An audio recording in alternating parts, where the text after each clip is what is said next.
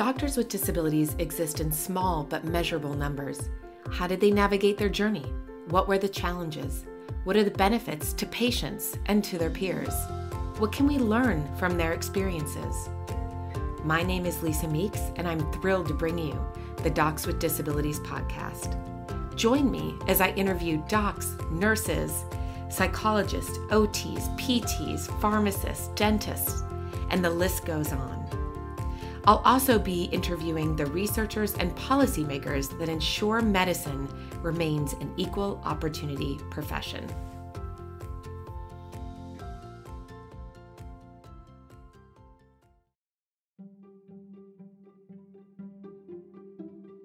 Welcome to our special live 2024 Association for the Study of Medical Education, or ASME, episodes. I had the distinct pleasure of recording 2 episodes of the Docs with Disabilities podcast at the annual scholarship meeting in Warwick, United Kingdom, where this year's theme was Your Key to Maximizing Potential. It was an absolute honor.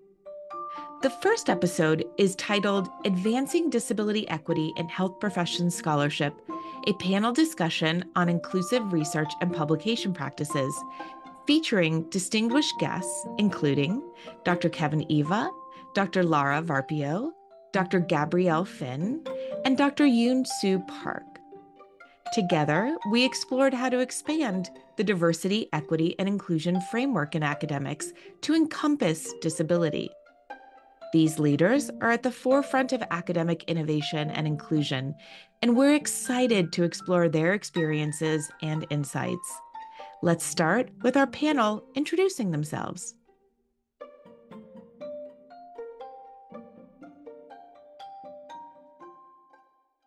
I'm Kevin Eva, Medical Education Editor-in-Chief and Scientist at the Center for Health Education Scholarship at the University of British Columbia. My name is Lara Varpio. I am a professor at the University of Pennsylvania, and I'm co-director of medical education research at the Children's Hospital of Philadelphia. I'm Gabrielle Finn. I'm Associate Vice President for Teaching at the University of Manchester and Director of Events for ASME. Hi, good morning. My name is Yoon Soo Park. I'm a Department Head of Medical Education and Professor at the University of Illinois College of Medicine. I'm so grateful that you have all agreed to do this, and I think hearing about what you have done and what you have in your plans will be really beneficial to our audience. So I'm going to begin with Dr. Eva.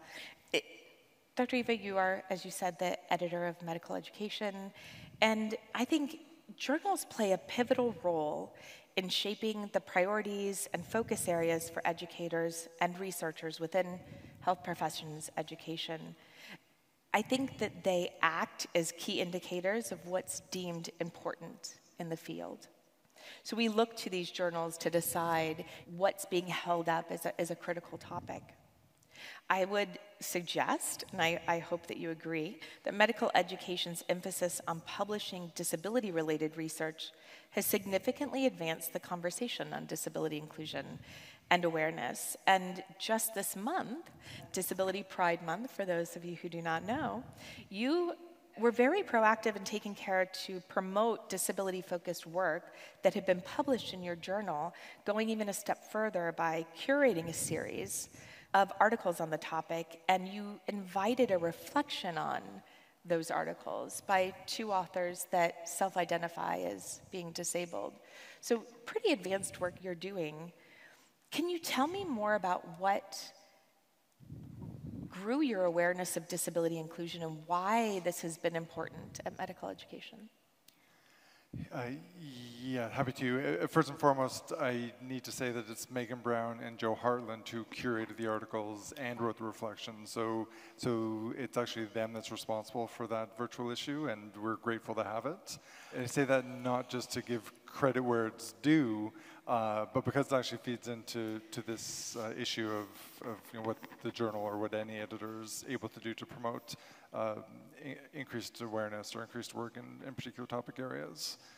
And in that regard, I actually tracked back in preparation for this to look at sort of publication trends over time, and if you look at our journal specifically, so it's obviously a small sample relative to the rest of the field, what it looks like is that we got sort of 1, 2, maybe 3 articles per year since about the early 80s on some aspect of disability.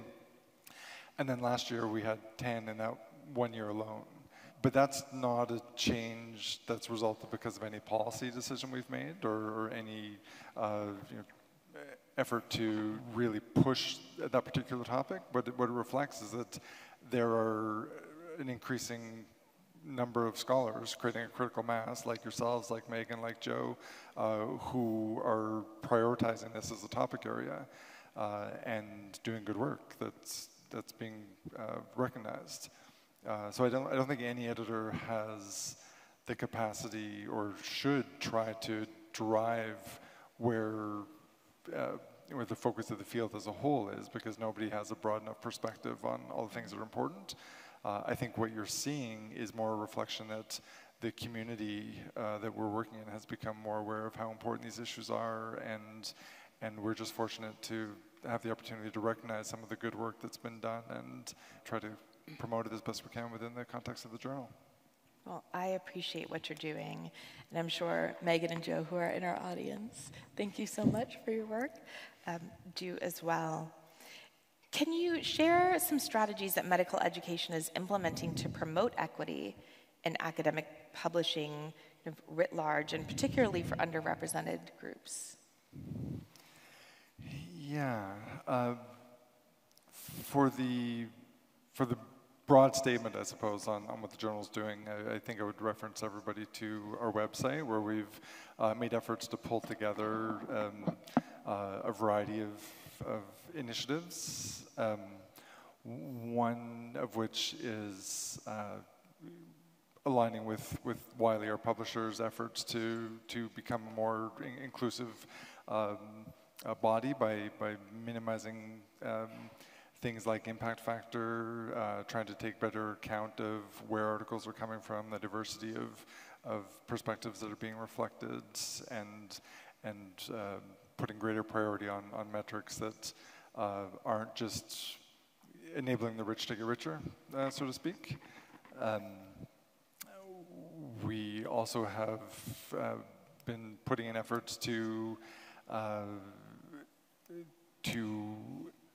draw attention to this issue more specifically through our actual review form. So now every time that somebody completes a review for us, they not only go through the traditional questions that we've asked for ages of, how strong a framework is provided, how rigorous are the methods, how insight producing are the data, but we ask reviewers to comment specifically on to what extent have equity, diversity, and inclusion issues been reflected in a thoughtful and appropriate way given the particulars of the paper.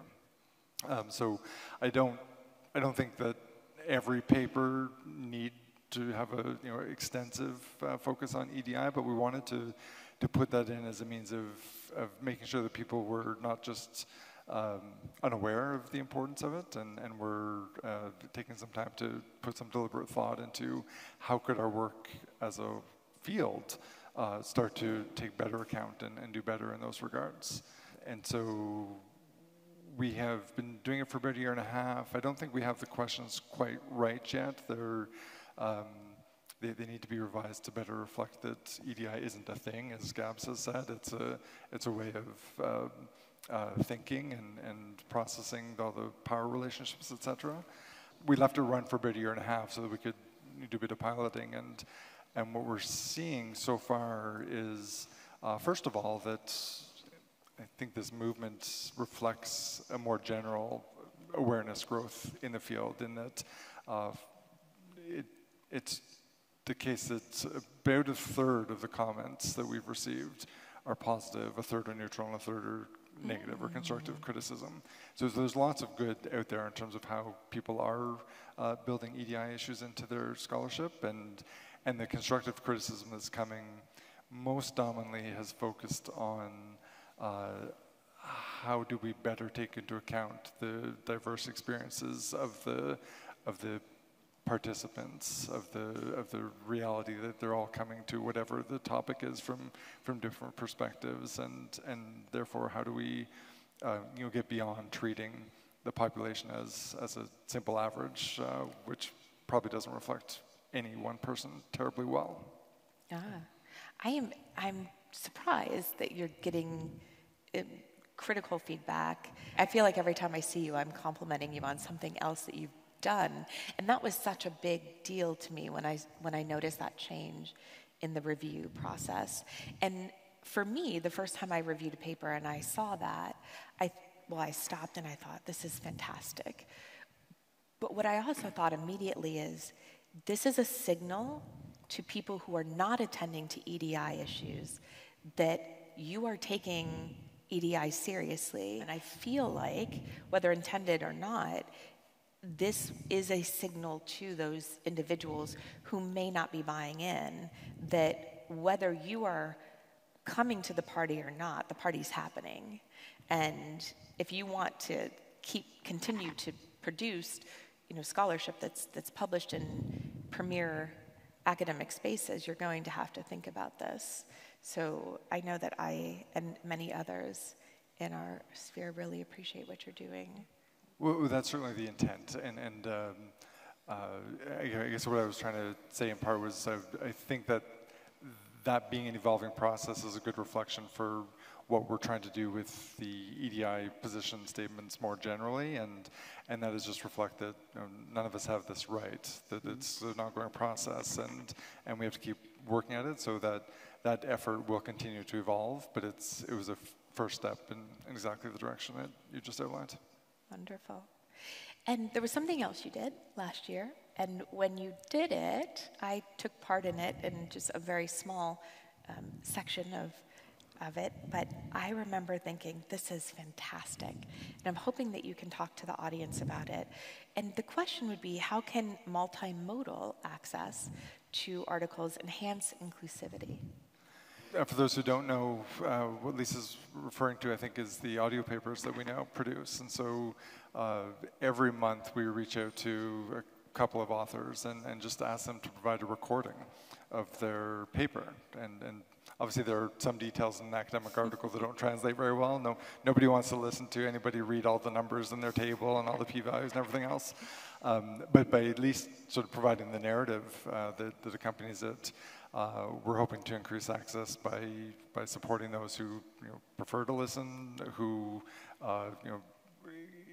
are better positioned to gather the information while they're commuting or while they're for a jog or doing chores. Trying to break that dependence on screens or paper if they're printing it off, and getting a lot of positive feedback, even just in terms of it creating a greater sense of connection with the authors. Now, it's different to hear the work coming from somebody's voice and what they emphasize and the way they read it than it is reading it off the page. And so, again, hopefully that's giving people greater access to the work than our traditional formats have.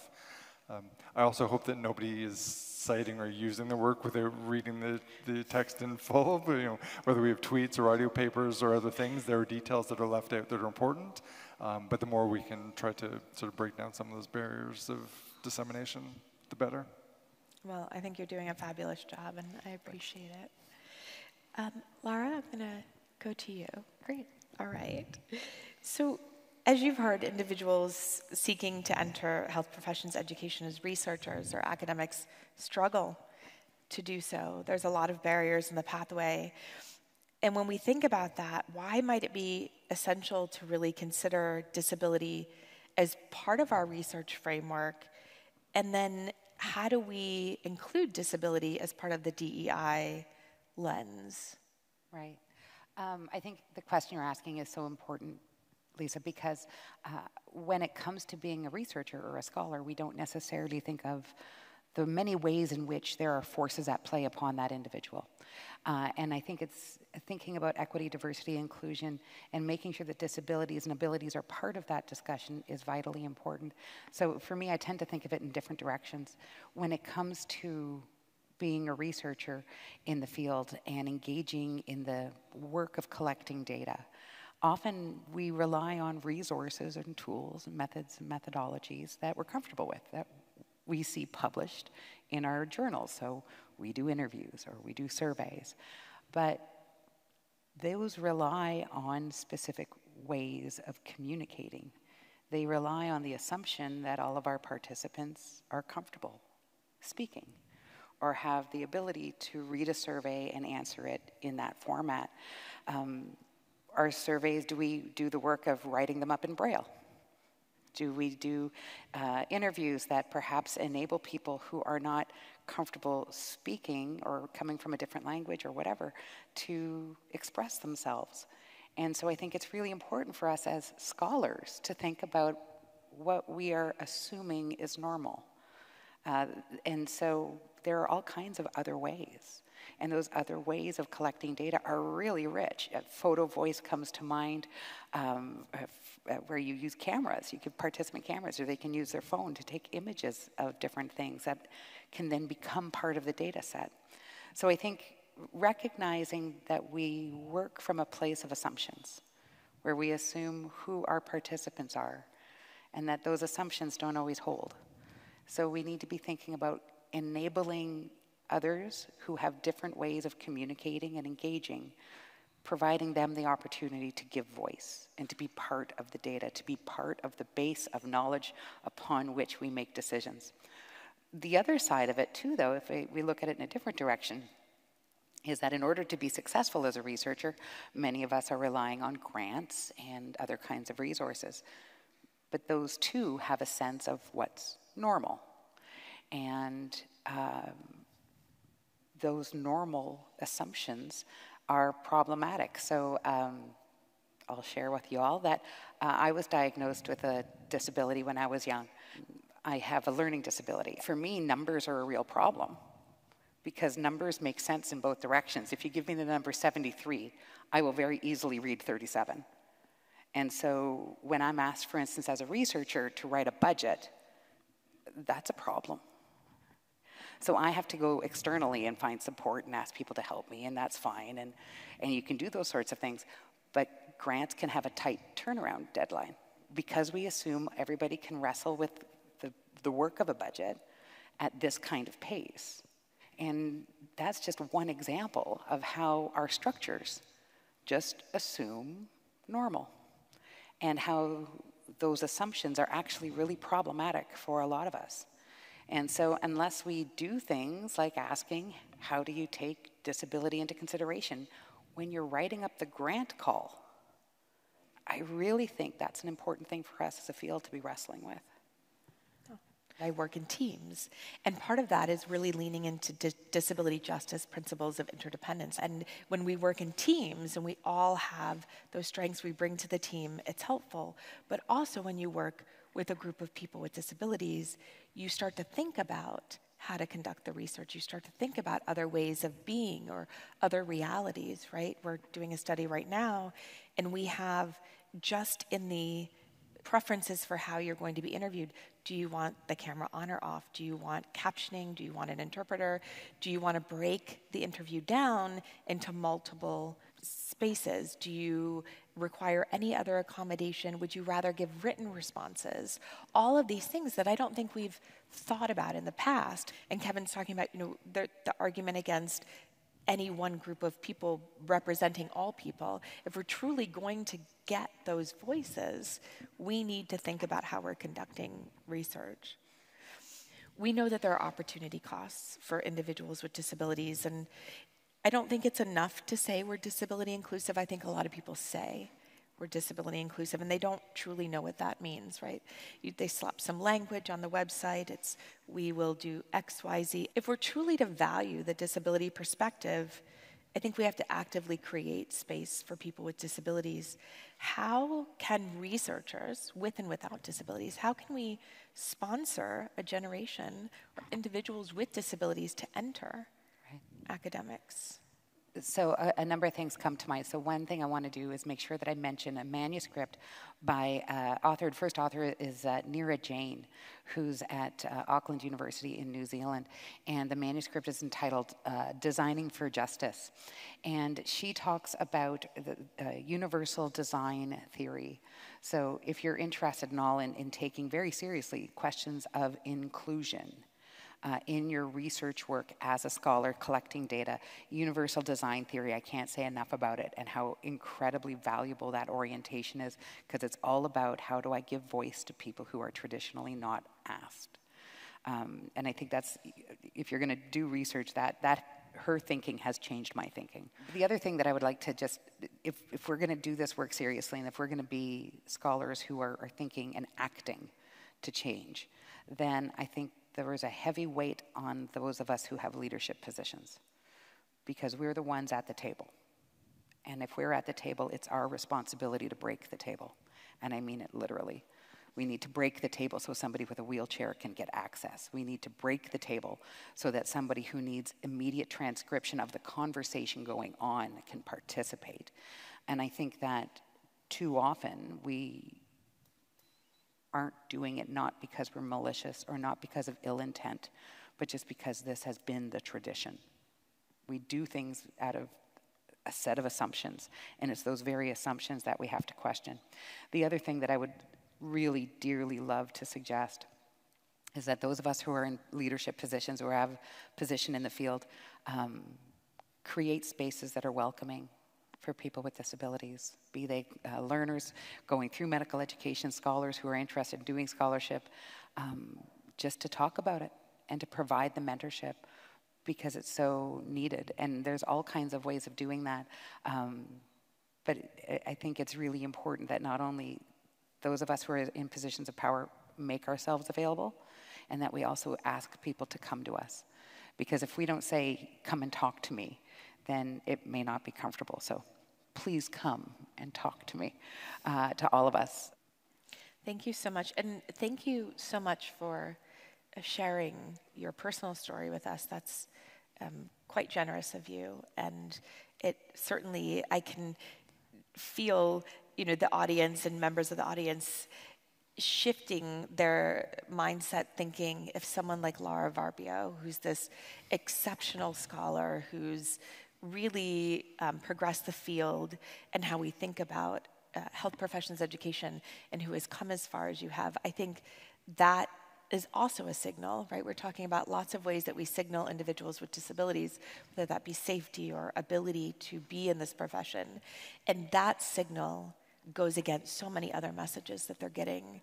But truly, thank you. It means a lot. Gabrielle, I watched you just jotting down note after note after note. And I have to say, I'm up here and I kind of was giggling to myself as Kevin was talking and Gabs was writing away. I thought, ooh, I can't wait to see what's going to happen in response to all of these answers. But we'll start with some questions for you, and then I'd love for any of you to add into the discussion. As I mentioned earlier in the presentation, the decision to attend or not attend conferences can profoundly impact disabled researchers. Moreover, discussions on diversity, equity, and inclusion that exclude disability can make the whole concept of DEI or EDI seem performative. So I'm delighted to be here and have been here in the past. I told you the first time I attended this, I found a home. It was so welcoming, and disability was really forward in the conversation, and I truly appreciate that and appreciate this conference. How do you make sure that events for ASME are disability friendly and are disability inclusive? We make it really intentional. What we never want to have is an event that feels where EDI considerations are tokenistic.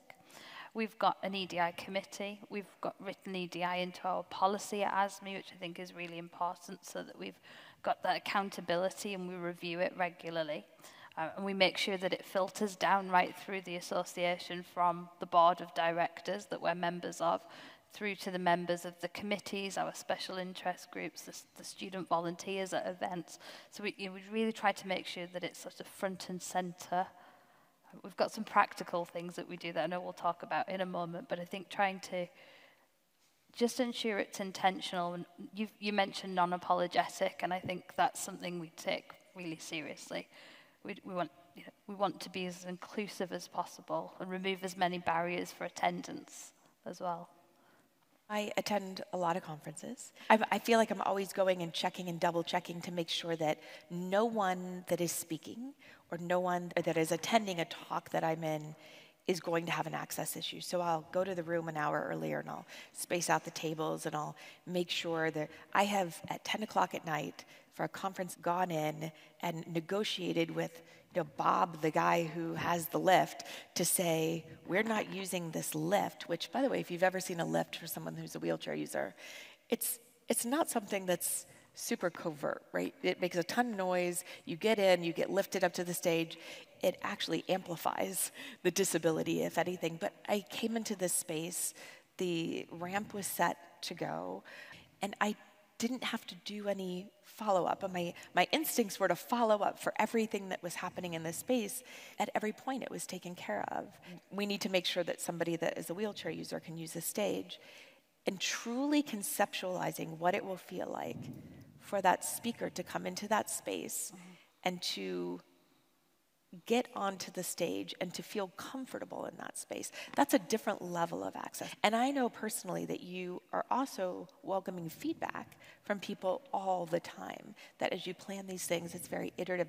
No one knows everything. I don't know everything that there is to know about disability, but as we grow in our understanding, and importantly, as we've been talking about, we make this a priority, and we say, this is important, we will attend to this. I think you're doing a great job of modeling that for all of us. Can you talk about the way that ASME has promoted disability and the greater diversity in its selection of speakers, for example, and how you've created the program? Yeah, choosing speakers is really tricky. We want to have diversity in the speakers. We also need to make sure we have a theme that's well aligned to the interests of our membership. We found the best way to ask is to ask our delegates, who would you like to hear speak? Who was representative for you? We use the social media to avenues for that. We have our conference survey where we're able to explore speakers. So we think about the demographics of our speakers and representation, being very mindful of the multiple intersecting micro-identities that speakers have. I'm often aware of speakers' protected characteristics that perhaps the audience are not.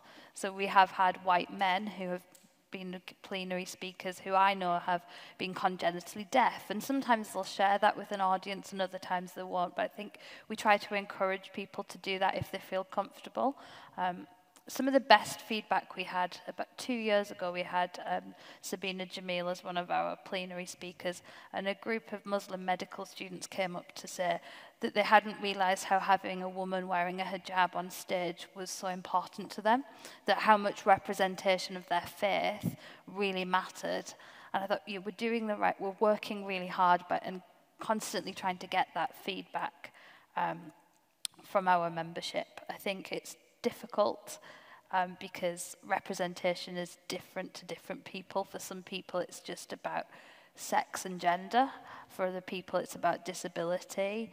It's about racial representation. So we're very mindful of that. We're all, like you said, we're always seeking feedback. Next year, we have an all-female panel for our plenary speakers, all phenomenal researchers, scholars, academics.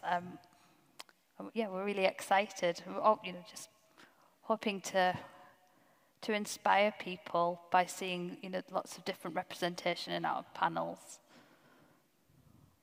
Thank you so much. Dr. Park, I'm going to move to you. We discussed how disability inclusion really needs to be a focus within the academy, not just at conferences or in the journals or the individual researchers doing the work, but how do you create a space that ultimately becomes a safe academic home or a safe academic institution for individuals with disabilities to thrive and for the work to be a priority? So in thinking about that and reflecting on that, how can health professions education units, so perhaps by department or office or division, work to advance disability equity scholarship? Yes. This is a very important question because in my case, when we think about how we advance DEI and particularly disability equity, there's a lot of momentum, there's a lot of energy, but then sometimes there's some barriers around resources, around infrastructure, and so forth. So as I was reflecting on this question, I think there are 4 things that I was thinking about from my experiences, but also talking with my colleagues. So one is really to align the mission of the unit, the office, the center, with the mission of the university and of the academic medical center. I mean, this sounds very obvious and intuitive, but as I was getting into my role and I was talking with university presidents, the hospital CEOs, the leaders at the highest levels also want to advance DEI and disability scholarship and equity. And so when they find that the mission of a unit aligns with the mission at the highest levels, they find that as a partnership. And so that opens up resources at the university level, at the hospital level, that normally we might not think of accessing. In my case, I was initially thinking to align our mission with the mission of the College of Medicine. So we're a department within the College of Medicine. So we obviously do that. But also to take the step further to align it at the university level, because I think there are additional insights that we can gain from those things. And then the second area for us was also to look outside our common domains where we typically interact with scholars. So in our school, you know, the normal community that we engage is in the medical school, for example, or within the health sciences departments or health sciences colleges. But then if we look outside, we also have colleagues in, and I think this will be similar in many different academic settings. We have the law school, and there are scholars in legal studies and who work in disabilities. We also have School of Public Health. We have in our school, we have the School of Applied Health, which is like an applied interprofessional school, and they have a Department of Disability Studies. And so what we have done is try to create a big tent around different departments or schools across the institution, because there is power in numbers as well. And so when we begin to bring everybody together under the same house, and we're talking about, you know, bringing in the dean of the law school, to bringing department heads and chairs of other departments across schools, we can now begin to understand, you know, issues that that we face, for example, in faculty recruitment with faculty who may have disabilities, or scholars who want to advance disability studies and equity. And so that brings up a lot of excitement also in that area.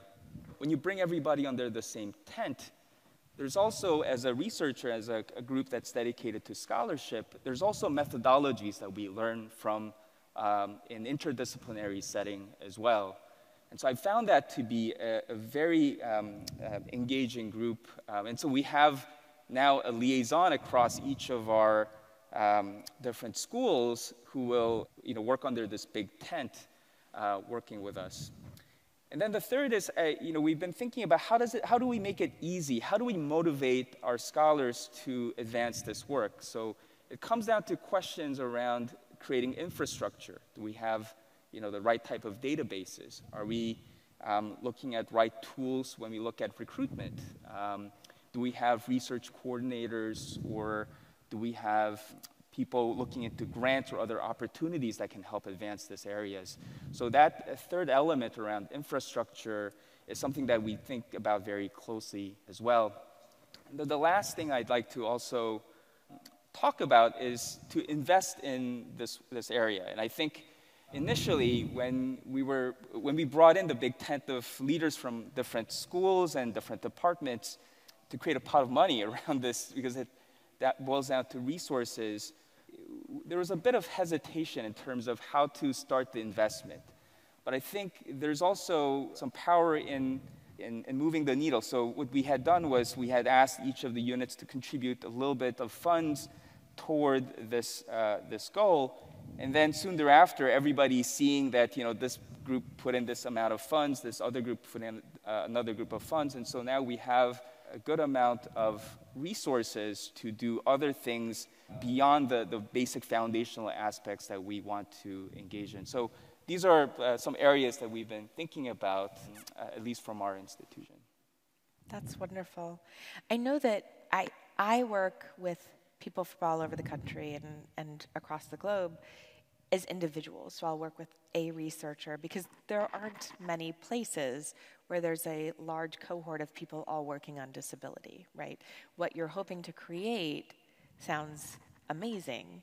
How could we scale that such that an HPE institution could then partner with other HPE institutions to make this a priority across schools and have large groups working together?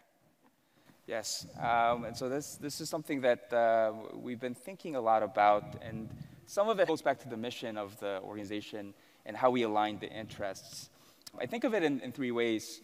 So the first is, certainly we need to engage also with a lot of the national professional organizations, international professional organizations, and there's a way to engage and also to demonstrate that this working with us is also a win for that group and so forth. And so that is a strategy that we've been engaging as we approach different organizations, at least in the United States, and to demonstrate that it's a win-win as we work across different professional societies, whether it is to collaborate on data, collaborate on infrastructure, collaborate on different aspects of policy and practice.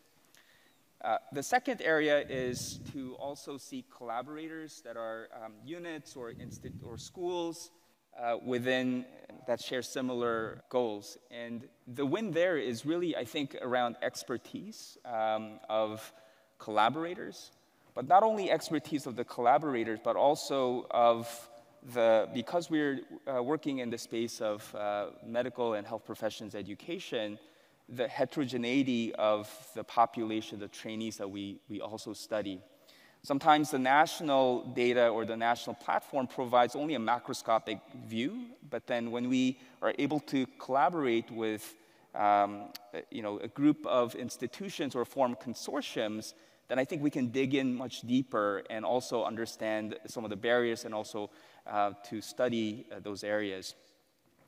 And then the third, the last that I also want to emphasize is sometimes when we engage in this collaborations with other HPE units and so forth, and also with collaborators across the country, sometimes it's voluntary and we're very busy in our day-to-day lives. And so what I think about is how can we create a chemical bond that we are interested in this area, we want to do this work, but then we are glued to each other. I don't know if I have a good answer yet, but that catalyst that glues people together, I think is a very important thing. So, we think about small grants. Certainly, small grants allows us to use the money from the grants to do some of the work, but then I also think of those grants as a way to have an agreement between our collaborators that we are working together. But there are also other ways to chemically bond groups. For example, if we bring in prominent national leaders, bring in other types of ways that strategically this is a win for us and also others that brings people together. So those are some of the strategies that we have employed. Wonderful.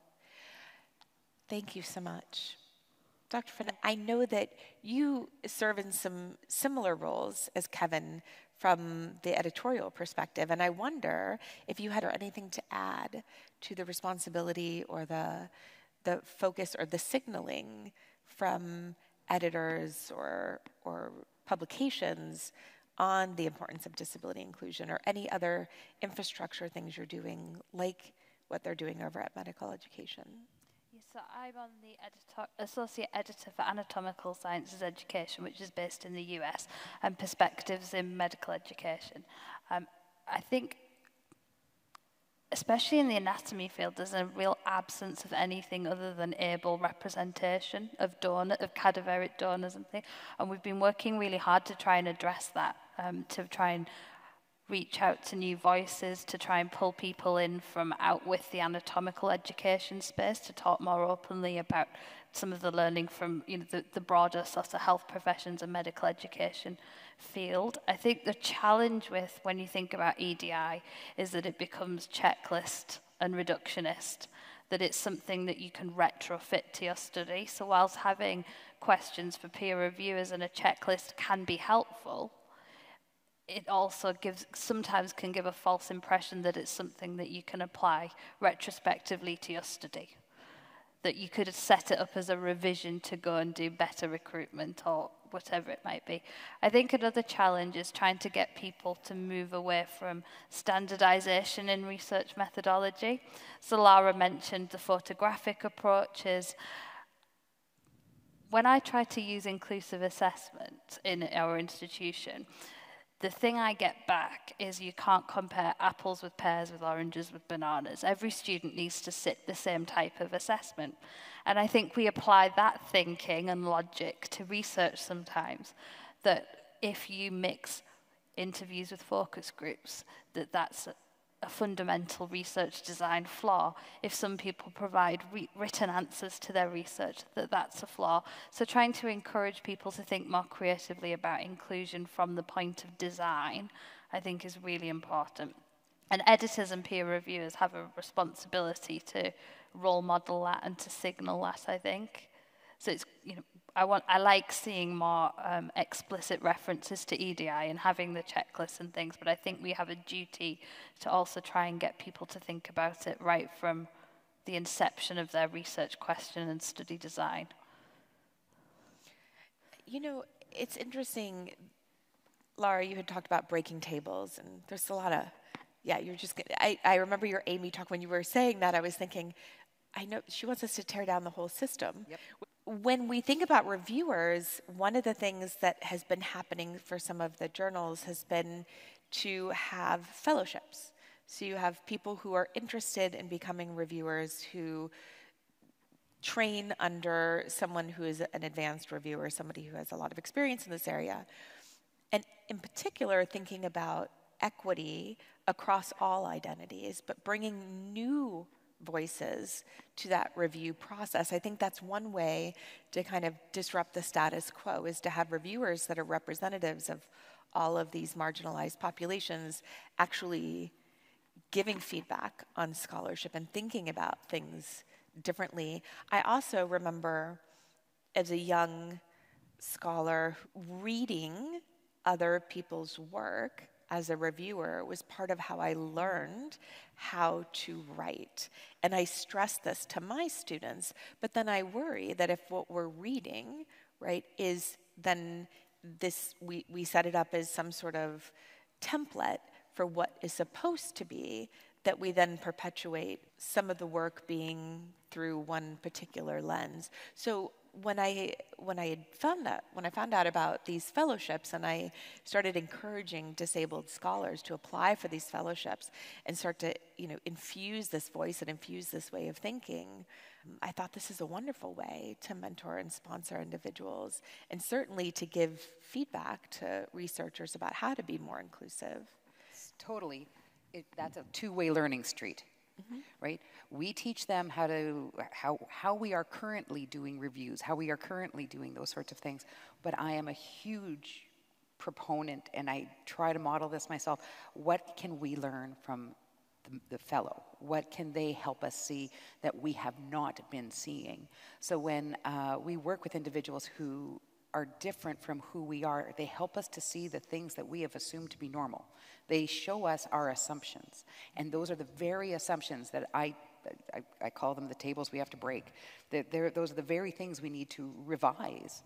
And so for me, these fellowships are vitally important, so that we help people gain entry, but also so that those people can teach us how entry needs to change. Absolutely. Other thoughts on one another's reflections before we go out to the audience? I think I would just build a little bit on this conversation about the reviews and getting these diverse perspectives reflected. I agree wholeheartedly.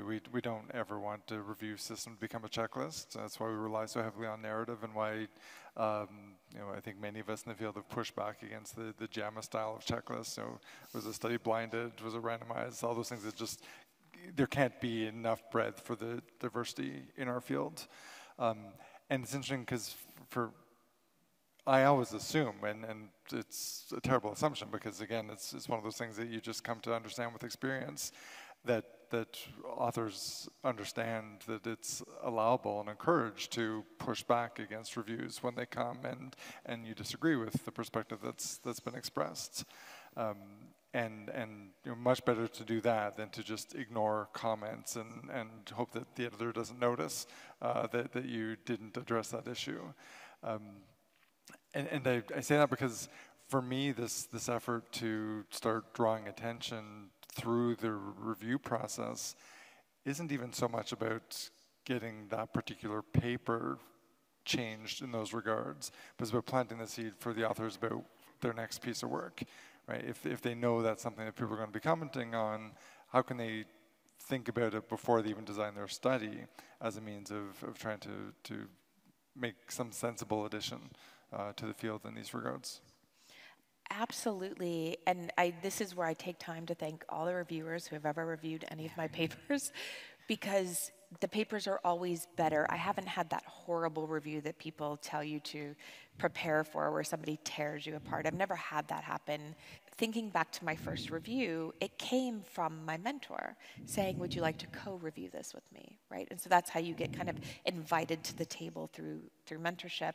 And Lara, I know you mentor a lot of individuals, and you have a unique mentorship style. You're not my formal mentor, but you have been so gracious as to take some calls and have been so supportive. I think that the way that we make space for one another and validate one another is so important. And so that mentorship is not only critically important to whether or not you choose to continue in the academic pathway, but getting these opportunities to do a review or getting an opportunity to be on a paper or understanding what it means to ask for resources from a department. Some of the stuff that we're talking about up here, right, ask for accommodations. You either have to be empowered to do that. So you've been taught really good self-advocacy skills, you have a very good sense of self, and you are not concerned about your safety. So you're engaging with the environment in a way where you're asking for what you need.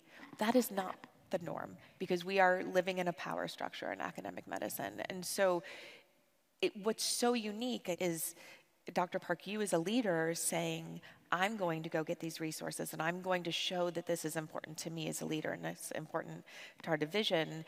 And Dr. Finn, you saying, we're going to create access and then we're going to invite feedback, but we're going to be proactive in it. Both of these things are proactive. Dr. Eva, you saying, we're going to measure how you've thought about DEI in this process. That's really important.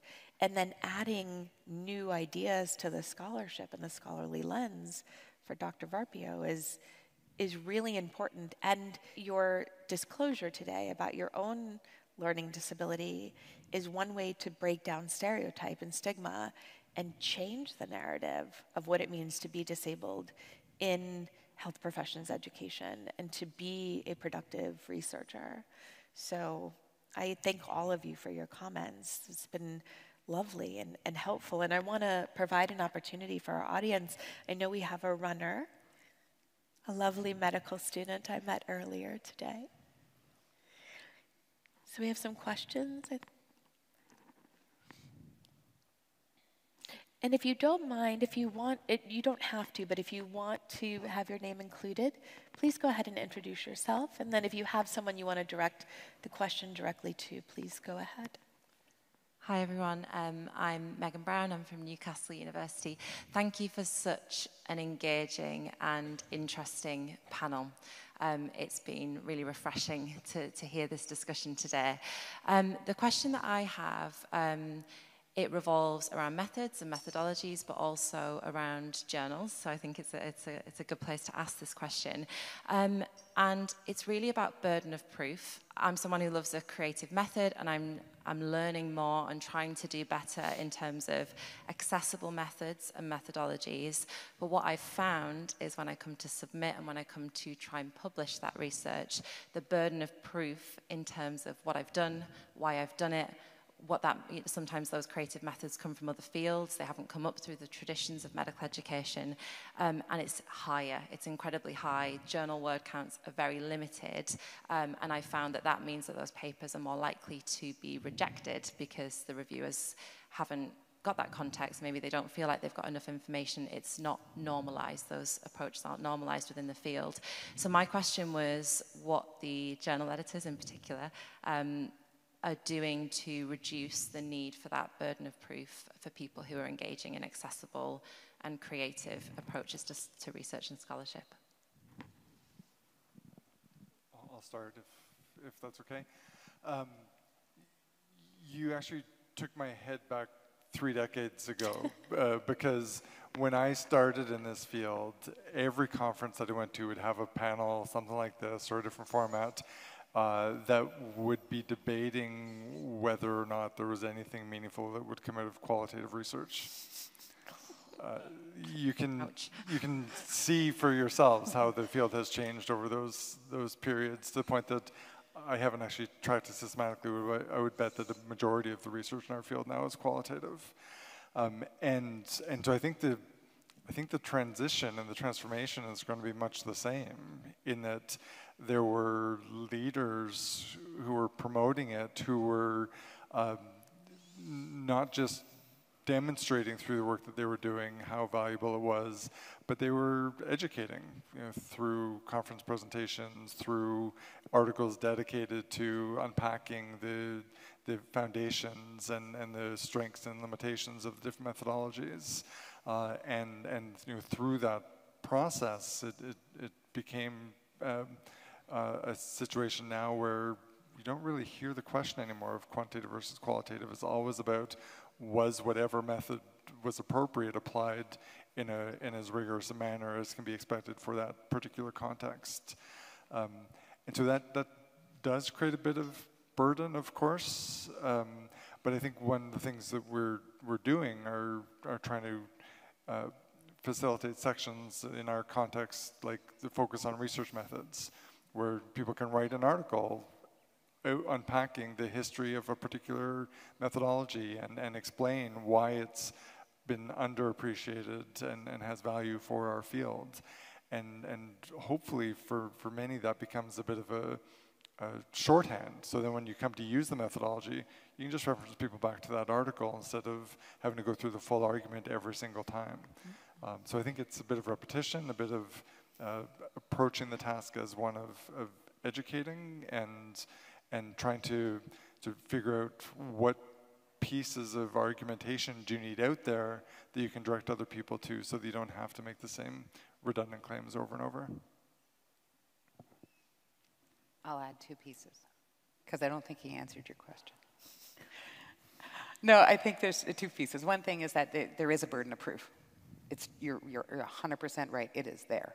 And it is something that we continually have to contend with. And so one of the things that I do when I have that challenge is your appendices.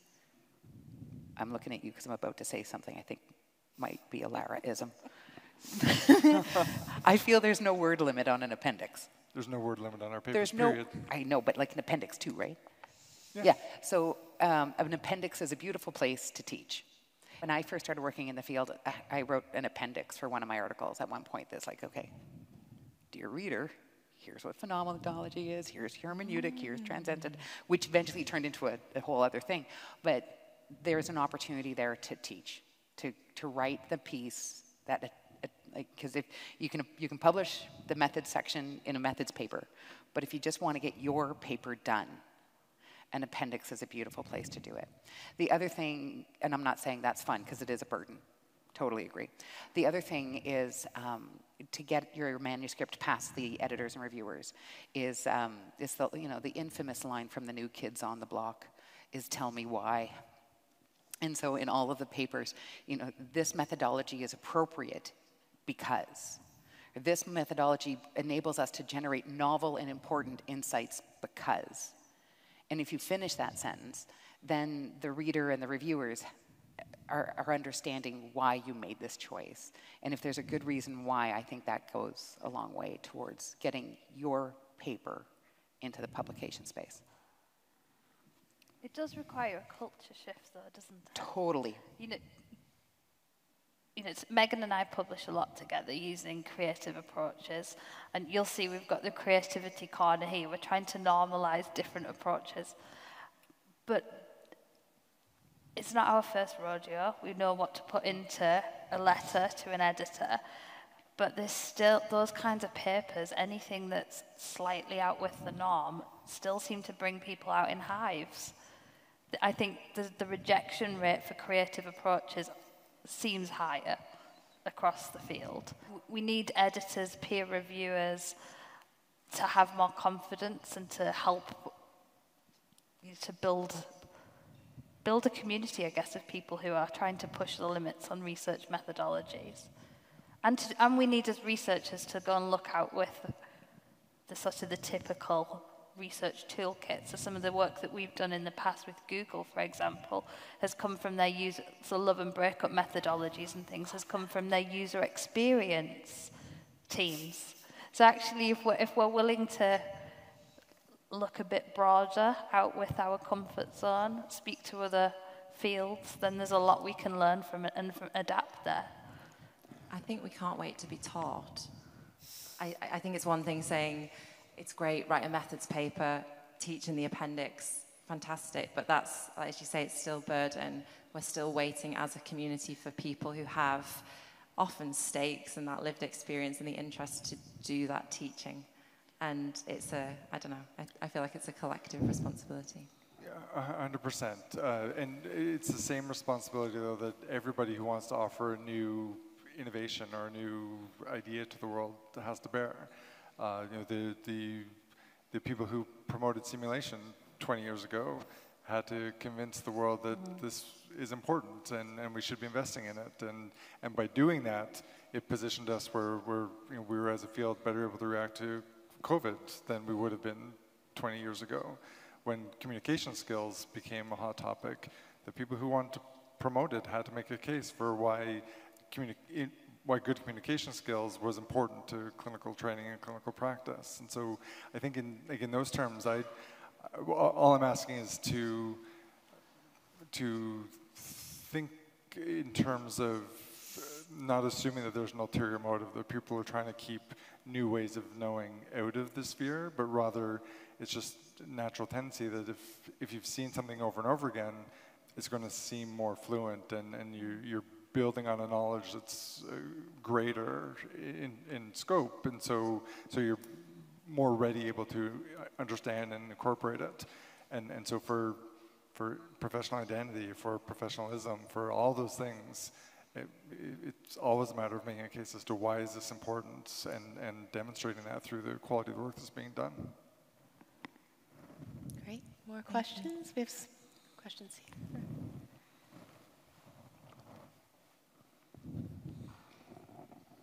Thank you so much. Hi, I'm Christina. I'm a paediatric registrar and a PhD student. One, I wanted to add something to what Megan said, but also to ask a question about something else. So with regards to what Megan said and your suggestion about appendices, that's really valuable. But and I'm very blessed, I guess, to have Gabrielle and Megan as my PhD supervisors. And I think that would probably empower me to write something in an appendix. But I'm an immigrant, and loads of other things that might kind of make me stand out. And I probably would have never had the courage to write something, suggest something to an editor in my very junior stage in terms of educating them. That takes a lot of courage and power, I guess. And I guess that's more to ask for maybe change it, or what you've suggested to make it maybe something a bit more formal, to try and educate the other side, the editor's side, on that topic, because I would have never had the courage to do that. I probably do now that I have them backing me up, but I probably would have never had the courage to suggest something to someone that I'm kind of trying to get something passed. My question was around, and I'm very curious in your institutions, because you spoke a lot about institutional change and committees, and I do quite a lot of trade union work aside from academia. And what I'm trying to bring to people is disability leave and kind of the acceptance of, for example, if I've never done a systematic review, and I'm afraid to do one because I'm worried that I'm going to be off sick and that I'm not going to be able to have the same time as everyone else that is acceptable in order to submit that systematic review. So be like, oh, well, you had 6 months, it's over 6 months now, it's too late. How have you kind of gone over that huddle if you've approached it? Or if you are about to approach it, what ideas have you had? In my trade union role, for example, we all work at the same time. Whether you're able or disabled, everybody does at the same time. And it's really difficult. It's really hard, and no one understands why that's hard. Yeah. Thank you. Who would like to go first? I could maybe try also. As a department chair, I have faculty who have differences in how they work, and also in terms of their resources and how they operate. And so I think from a department or from an institutional standpoint, I think we have norms and so forth, but I think it's much more beyond the foundations. I had the chance to speak with our faculty who have those needs, who need accommodations, who take different needs than some of our other colleagues, and it's very different.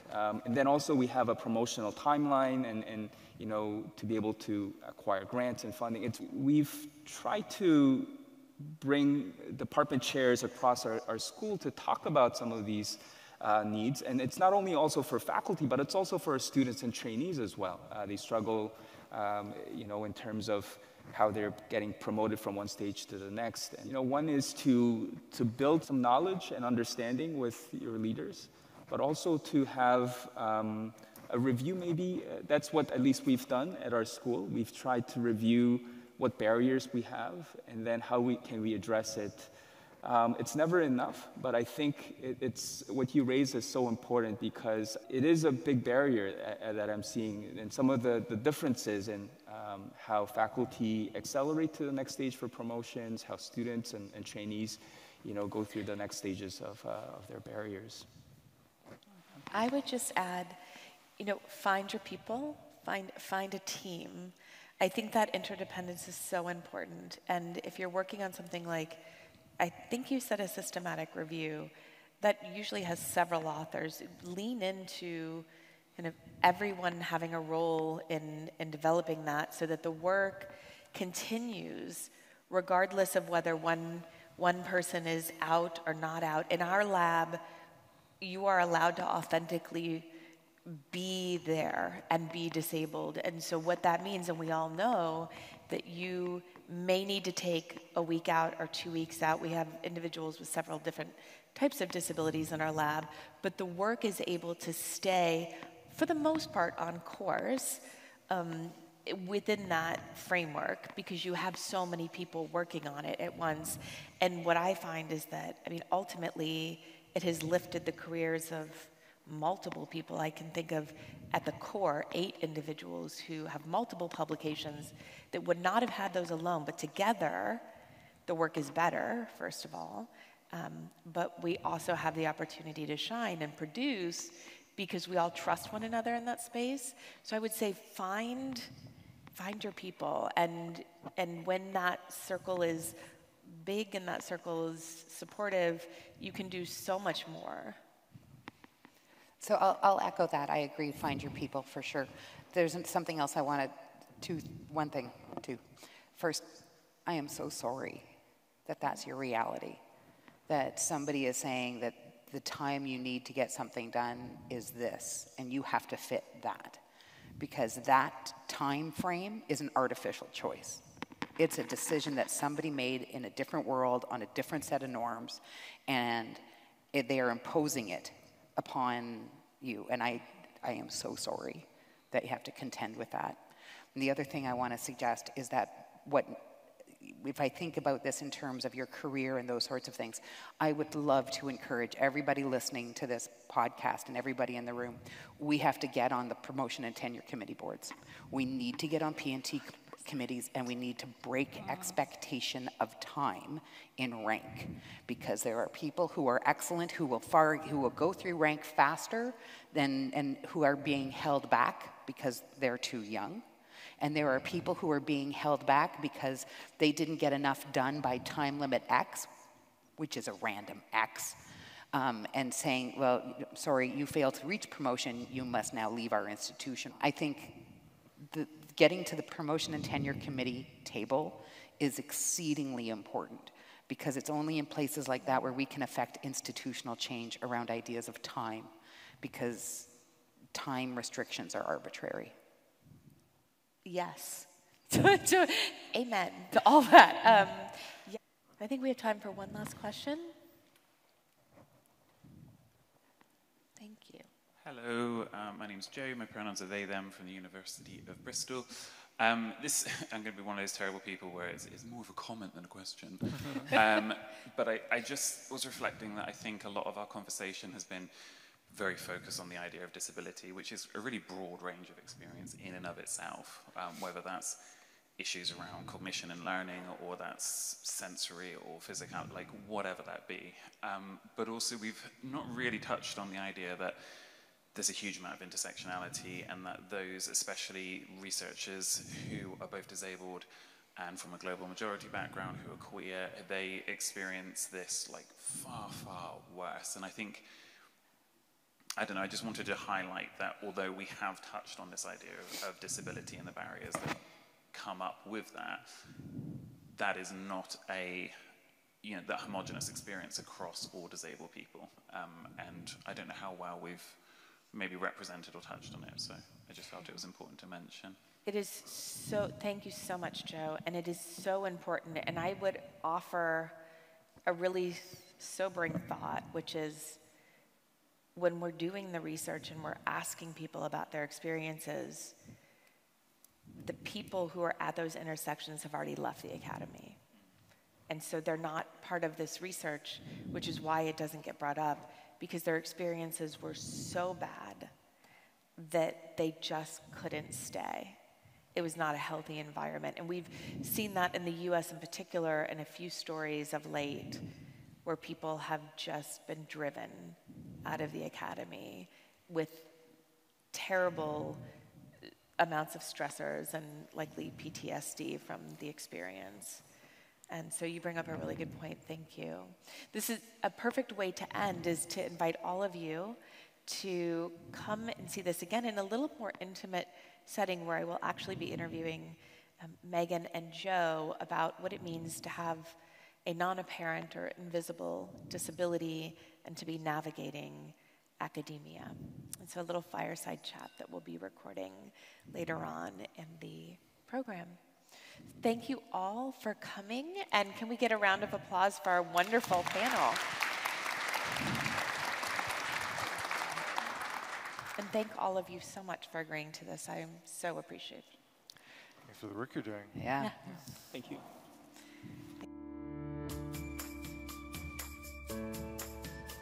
Thank you for joining us for this engaging and insightful discussion.